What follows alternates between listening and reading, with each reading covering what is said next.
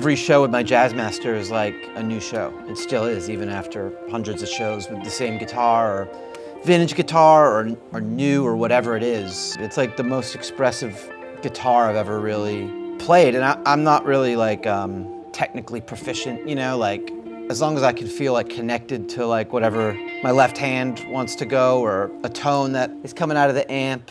I guess it's just like the main source of inspiration, you know?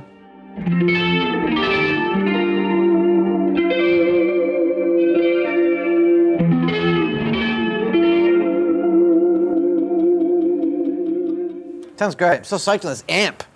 Yeah, I haven't really played it. I got ripped off, but I don't care.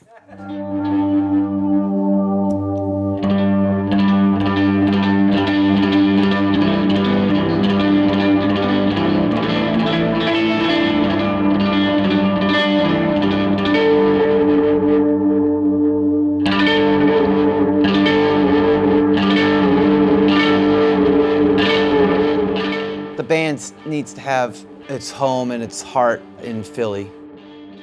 Like the identity of the band being from Philly is because, you know, at different moments of our different lives, we all ended up in Philly and then ended up having very different musical paths and then all met each other. And that's kind of why we became a Philly band. I think just because this is where our home was, with or without music, you know?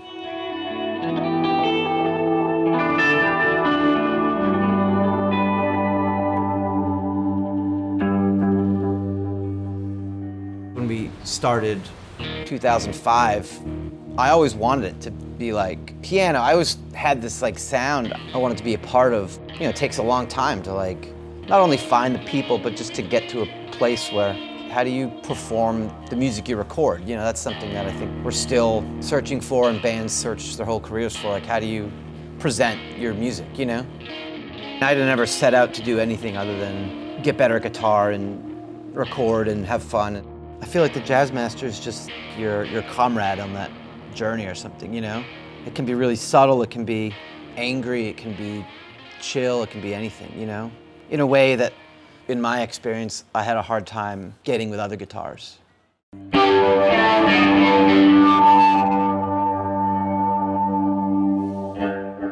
My first Jazzmaster I got 2014. And we played so many shows. Every show we've played that I've had that guitar, I just find something about it I love more and more each time. It just did a lot of things for me in the live environment. With all these variables and all, you just want to know what you're gonna give, you know? It's like the one thing I can control is like that I love the guitar I'm gonna play on this next song.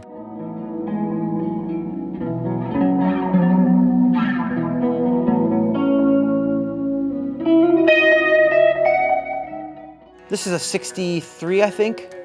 I was watching it online, then ended up getting sold, and then I ended up in the shop who sold it months later. I saw it on the bench, and I guess whoever had bought it, originally wanted their birth year. They got it, and they took the neck off thinking it was a 64, as it was advertised, and it turned out to be a 63. So they sent it back. It's different than my other ones because it's significantly darker and a little bit more mellow. Sometimes you just have those magical connections with things where like guitar's been around for 50 years, but it was meant to like eventually end up in your hands, you know.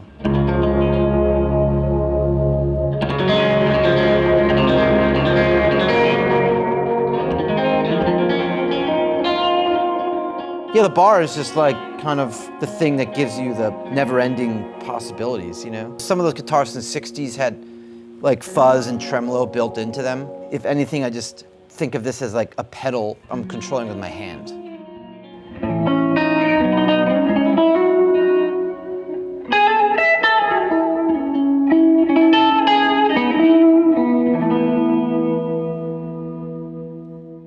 There's plenty of times, anyone who's played guitar, or you pick something up and it doesn't feel right, or you have a hard time kind of wrapping your head around it, or you just can't get a sound out of it. And now with my Jazzmasters, it's when I pick it up, I know I can find a way to channel whatever I'm feeling or play the song that needs to be played, kind of get it across.